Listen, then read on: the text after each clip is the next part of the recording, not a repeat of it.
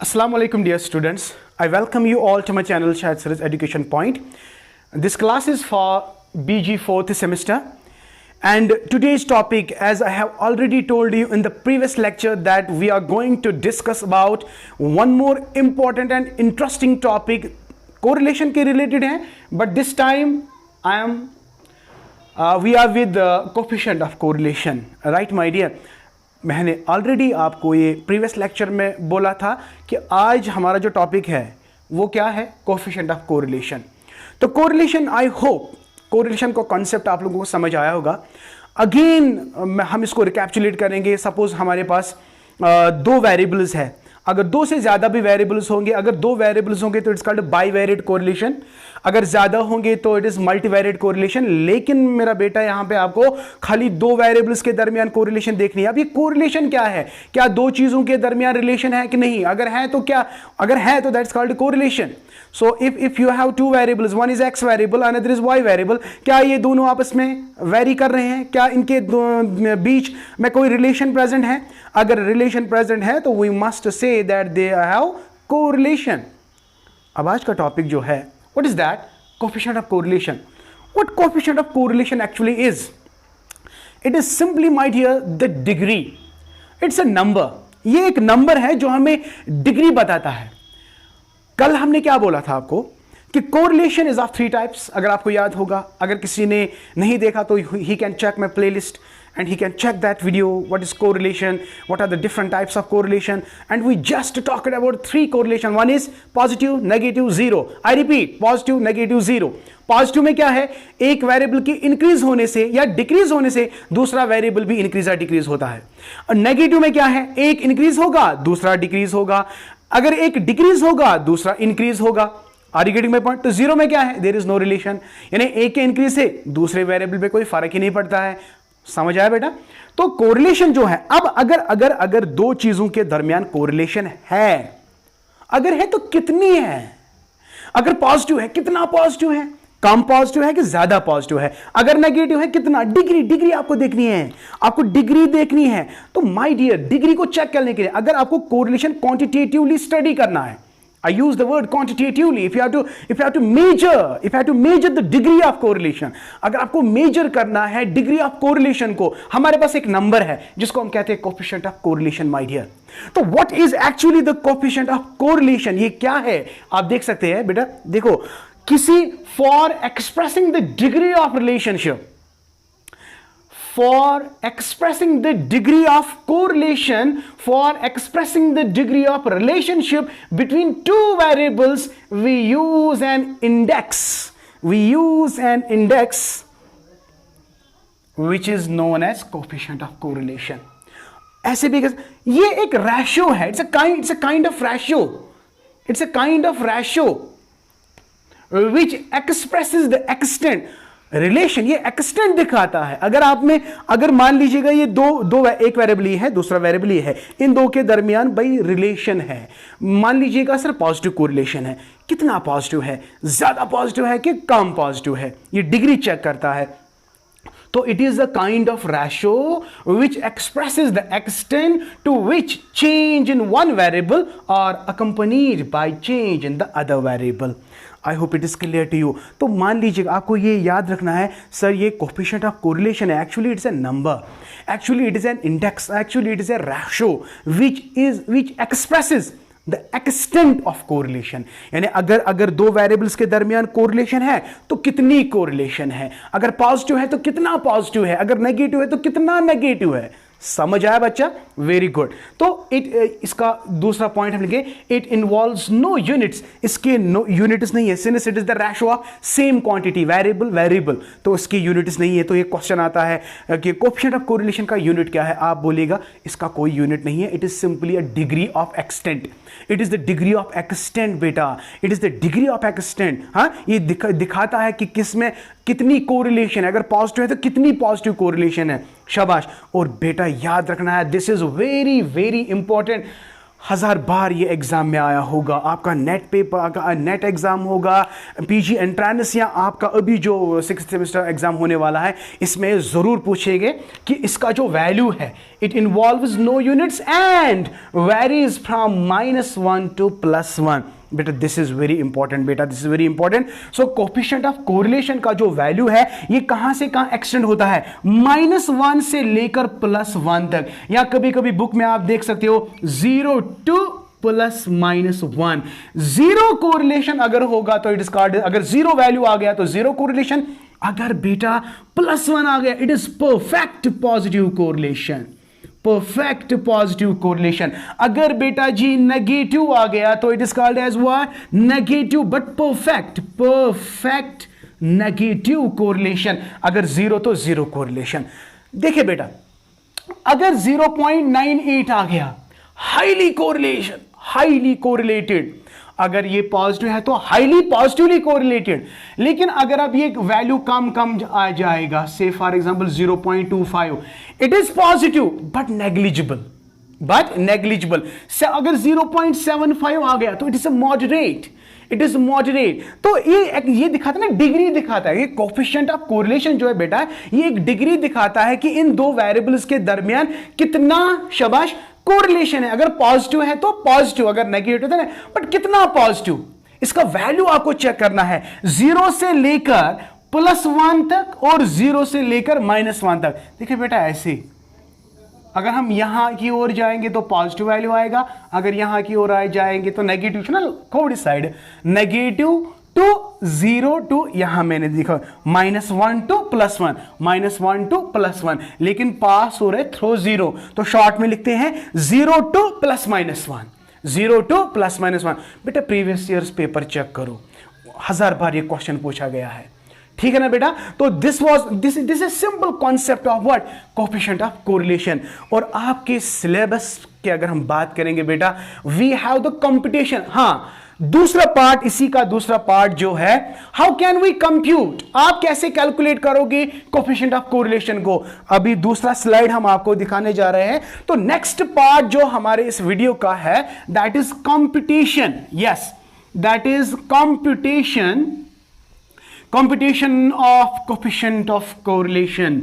My dear, याद रखना है, so far as your book is concerned, so far as your semester is concerned, you have to deal with the two types of coefficient of correlation. Don't get confused.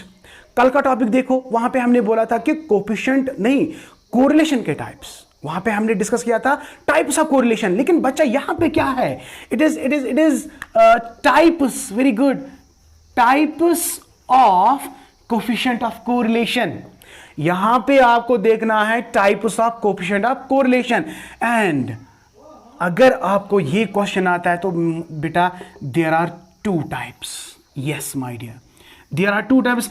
हमारे पास 2 तरीके हैं जिससे हम coefficient of correlation को निकाल सकते हैं बेटा। 2 टाइप्स है कंप्यूटेशन में। One is called as product movement method. Yes, product movement, MOMENT, product movement method. So nice of you beta, very good. What is first one, shabash, it is product movement method and another is, या इसको हम बोलते हैं, ये बाद में अलग अलग पढ़ेंगे, तो another is rank order method, rank order method। तो बच्चा जी आप मुझे बोले कि कितने मेथड्स हमने पढ़ने हैं। अगर आपको कंप्यूट करना है, अगर आपको कैलकुलेट करना है कोफिशिएंट ऑफ कोरिलेशन, हमारे पास बेटा कितने टाइप्स है, कितने मेथड्स है? सर 2 मेथड्स है। One is the product movement method, another is the rank order method. समझ आ गया बेटा। तो इसके रिलेटेड हम अभी आपको बताएंगे कंप्यूटेशन कैसे करते हैं। हाँ जी बेटा, तो types of computation of coefficient of correlation को करने के लिए हमारे पास 2 मेथड्स है। हम 2 तरीकों से कोफिशिएंट ऑफ कोरिलेशन को कैलकुलेट कर सकते हैं। One is called the product movement method बेटा। This method was given by Carl Pearson and that's why this is also called Carl Pearson's product movement method। तो याद रखना बेटा, this is very important my dear, I tell you it is important। Important, don't skip this video, don't skip this video, this is very important. So coefficient of correlation जो है, it's of two types. One is the product movement, and product movement method is the Carl Pearson's method, right my dear. And बेटा it is denoted by, it is denoted by R.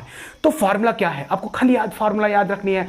आपको calculation part हम इंशाल्लाह करेंगे, लेकिन इस time हम नहीं करेंगे. इस टाइम ज़रूरत क्या है, आपको ये सारी चीज़ें याद रखनी है. हाँ, कैलकुलेटेड पार्ट हम आहिस्ता आहिस्ता करेंगे बेटा, लेकिन यहाँ पे आपका फोकस क्या होना चाहिए, फोकस होना चाहिए जो टर्म्स है यहाँ पे आपको याद रखने हैं. तो what is first of all, Karl Pearson method is good, it is denoted by R. तो कैलकुलेट कैसे करेंगे, देखो बेटा दो फार्मूलाज आपको याद रखें. One is for the group data, another is for the ungroup data. तो अगर हमारे पास अनग्रुप डेटा होगा, फॉर अनग्रुप डेटा अगर हमारे पास होगा, देखिए मान लीजिएगा कि आपका स्कोर एक्स और वाई है, एक्स स्कोर वाई स्कोर, अच्छी तरह से समझ लेना बेटा. मगर ये दोनों क्या है, अनग्रुप्ड है. क्या है बेटा, अनग्रुप्ड है. तो अगर हम डायरेक्ट मेथड देखेंगे तो व्हाट इज द फार्मूला बेटा, याद रखना बेटा फार्मूला क्या है, are will be equal to summation of x Y. शाबाश, क्या है, summation of x Y divide by whole under root of summation of X square into summation of Y square. बेटा याद रखना है, बेटा अच्छे से याद रखना है, this is for ungrouped data, this is for ungrouped data. तो आई रिपीट, अगर हमारे पास दो वेरिएबल्स है एक्स और वाई, लेकिन ये दोनों वेरिएबल अनग्रुप्ड डेटा से बिलोंग करते हैं, तो तब हमारी फार्मूला कार्ल पियर्सन मेथड को लेकर या प्रोडक्ट मूवमेंट मेथड को लेकर क्या है, that is R is equal to summation, यानी sum of x variable into y variable. It is summation of x y. It is not summation x and summation y. No. It is summation x y whole divided by under root of, पहले under root of summation of x square into, it is dot, it is into summation of Y square. कभी आपके exam में plus भी आ सकता है, minus भी आ सकता है, but my dear remember it is into, it is multiple, it is multiplication. तो याद रखना है बेटा, what is the formula, summation of x Y divide by under root of summation x square minus summation Y square. This is for what बेटा, this is for group data. I hope it is clear to you. तो चलते हैं, अभी हमारा ये complete नहीं हुआ. ये फार्मूला किसके लिए, अनग्रुप्ड डेटा के लिए. लेकिन if you have to calculate mean, if you have to calculate the correlation, but for grouped data, यानी स्टेप डिविएशन मेथड अगर हम बात करेंगे, तो उस वक्त की फार्मूला क्या है, are will be equal to, बेटा this is very important, n summation of x y. देखो n summation x y, summation x into y, n summation x y minus summation of x into summation of y. देखिए बेटा please, r will be equal to n summation x y minus summation of x into summation of y. Is this clear, whole divide by, या it is whole divide by, देखिए under root of, whole under root of. ये याद रखना है बेटा, इसमें हम कुछ नहीं कर सकते, याद रखना है. देखिए n summation x square, n summation x square minus summation x का whole square. Okay, n summation x square minus summation x का होल स्क्वायर. ये इस तरह रखिए आप, यहां तक क्लियर हो गया बच्चा. इसी तरह अब लिखेंगे y के बारे में, N summation Y square minus summation y का होल स्क्वायर. ये सब अंडर रूट में आएगा. I repeat beta, this is hectic, I know that, but you have to remember it. You have to remember this. Right my dear. So अगर grouped ungrouped data की बात करेंगे तो summation x Y divide by summation x square into summation Y square, this for ungrouped data. लेकिन अगर हमारे पास अब क्या होगा, ग्रुप्ड डेटा होगा, तो इसके लिए फार्मूला ये है, ये सारा आपको अंडर रूट में रखना है। सिंस यहां पे जगह नहीं थी तो इसलिए मैंने यहां लिखा, तो n summation x y minus summation x into summation y divide by whole under root of n summation x square minus summation x का whole square into n summation Y square minus summation y का whole square.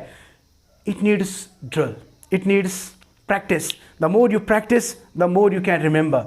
Are you getting my point? So this was all about types of coefficient of correlation. लेकिन यहाँ पे हमने खाली किसको discuss किया? शाबाश, product movement method. Inshallah tomorrow I will come up with what? Rank difference method और rank order method. Rank difference method और rank order method. तो इंशाल्लाह या अभी हम करेंगे इसको, अभी टाइम है। तो आई होप आपने ये सब कॉपी में उतारा होगा। तो मुझे ये भी पता है कि बेटा you are going to memorize it, you are going to rock this is very simple. जितने भी पॉइंट्स मैंने आपको यहाँ पे बताए हैं बहुत ही इंपॉर्टेंट है, बहुत ही इंपॉर्टेंट है बेटा। प्लीज़ कम से कम इसमें तो 15 क्वेश्चन तो आएंगे ही आएंगे। एंड मुझे उम्मीद है कि 15 में से आप 15 इंशाल्लाह वो सारे इंशाल्लाह क्वेश्चन आप करोगे। I hope that. ओके, तो चलते हैं। I am going to wrap this. तो अगेन और एक बार, अगर अनग्रुप्ड डेटा होगा r is equal to summation x Y divide by under root of summation X into summation Y square. अगर ग्रुप्ड डेटा होगा तो r will be equal, what is r? Coefficient of correlation. लेकिन किसका? Karl Pearson r Karl Pearson, right. तो चलते बेटा, तो इसको याद रखेंगे आप। तो दूसरा क्या है? शाबाश, it is rank order method. It is what? Rank order method. तो रैंक ऑर्डर मेथड जो है, it was given by Carl Pearson was product movement method, but it is Charles Spearman. Charles Spearman. So that is why sometimes this rank difference method is also called as Spearman's coefficient of correlation.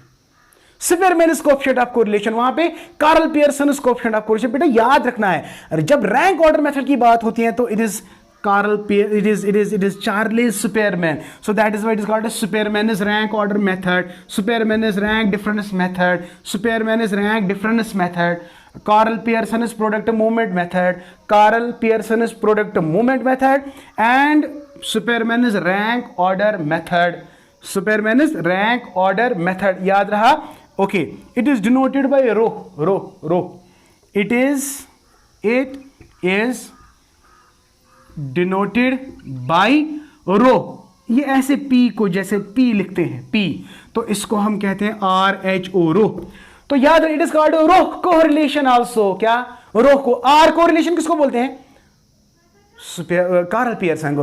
Row correlation किसको बोलते हैं? किसको? हाँ, Karl Pearson, Charles Spearman, that is rank difference method. बेटा मैं ज्यादा तेज तो नहीं बोल रहा हूं, तो इसको प्लीज़ याद रखो। बहुत देखो वल्लाह ये बिल्कुल सिंपल मैं बना रहा हूँ। अगर आप कॉपी या बुक पे पढ़ते हो तो आपको कन्फ्यूजन हो जाएगा, इसलिए मैं इसको थोड़ा मतलब आसान भाषा में आपको समझाने की कोशिश कर रहा हूँ। देखिए, अब देखिए जो रैंक ऑर्डर हम कब करते हैं, अगर आपको स्कोर दिया गया होगा x और y, x में भी आपका स्कोर दिया गया होगा और y में भी, लेकिन पहले हम इसकी रैंक दिखाते हैं, सबसे बड़ा कौन या सबसे छोटा कौन। आप इंक्रीजिंग ऑर्डर में रैंक देते हो या डिक्रीजिंग। ये रैंक देना बहुत ही इंपॉर्टेंट है, लेकिन किस मेथड में? रैंक डिफरेंस मेथड में। कार्ल पियर्सन मेथड में हमने रैंक के बारे में नहीं आपको कहा। समझ आया? तो यहां पे रैंक में इसलिए बोल रहा हूं क्योंकि पहले इसको रैंक में कन्वर्ट किया जाता है। एक्स स्कोर और वाई स्कोर को किसमें कन्वर्ट किया जाता है? रैंक में। रैंक क्या है? इंक्रीजिंग ऑर्डर में कौन सा वैल्यू देना है, डिक्रीजिंग ऑर्डर में आपकी मर्जी है, चाहे आप इंक्रीजिंग लो या डिक्रीजिंग लो, लेकिन रैंक तो देनी है बेटा, रैंक देनी है। तो फिर उन्हीं रैंक्स की डिफरेंस निकालते हैं, या आगे देखेंगे अगर हमें टाइम मिला तो इसके रिलेटेड हम न्यूमेरिकल प्रॉब्लम भी करते हैं। लेकिन बेटा यहां पर थोड़ा बहुत आप सीखने की कोशिश करो। आपको याद क्या रखना है? याद क्या रखना है? ये जो रैंक डिफरेंस मेथड है, ये भी one of the important types of coefficient of correlation है। तो इसको कंप्यूट कैसे करते हैं अभी हम आपको फार्मूला बताएंगे, लेकिन सबसे पहले आपको याद रखना है ये किसने दिया था? ये दिया था चार्लेस स्पेयरमैन ने। और इसको डिनोट कैसे करते हैं? रो से। तो that is why sometimes it is called rho coefficient of correlation, right my dear. And what is the formula? तो सिंपली एक ही फार्मूला इसमें दोनों के लिए एक ही है, चाहे आप ये ग्रुप डेटा अनग्रुप डेटा की बात करते हो तो एक ही है। What is that? तो rho will be equal to 1 minus 6 summation of d square.